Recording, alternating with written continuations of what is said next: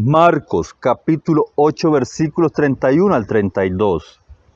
Y comenzó a enseñarles que le era necesario al Hijo del Hombre padecer mucho y ser muerto.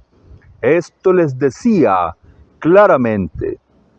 Antes de que lleguemos a la confrontación entre Jesús y Pedro, puede ser útil dar alguna información sobre el trasfondo histórico. Durante más de 700 años, Israel había sido oprimido por los sucesivos imperios de Asiria, Babilonia, Persia, Grecia y Roma, con excepción de un breve período embriagador, en el que estuvo bajo el liderazgo de los macabeos, hacia fines del último siglo anterior a la era cristiana. Surgieron numerosos movimientos apocalípticos, cuyos líderes hacían promesas extravagantes. Jehová estaba a punto de intervenir por medio del Mesías, anunciaban.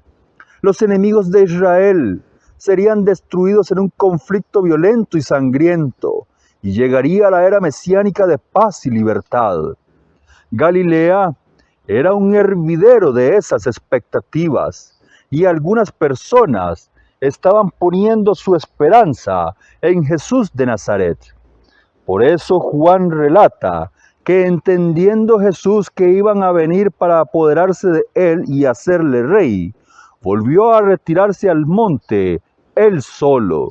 Jesús no había venido para ser alguna especie de Mesías por la fuerza. Por eso les ordenaba mantener silencio.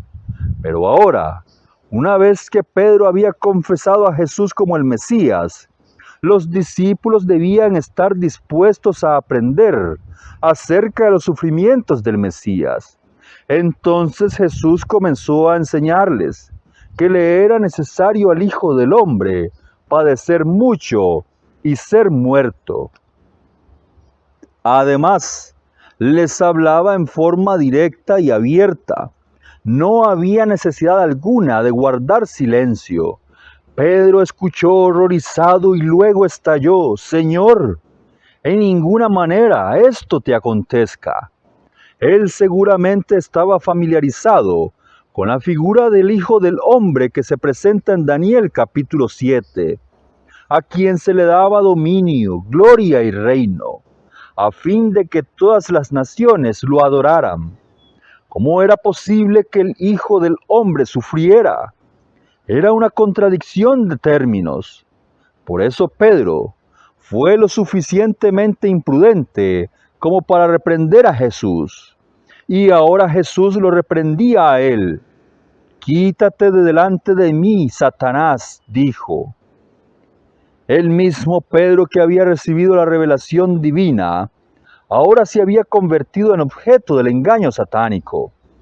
Todavía hoy, a veces, la voz de Pedro ahoga a la voz de Cristo, porque muchos como Pedro niegan la necesidad de la cruz. La cruz sigue siendo piedra de tropiezo para la soberbia humana. Lectura devocional, autor John Stott, publicado por Certeza Unida, distribuido por Letra Viva.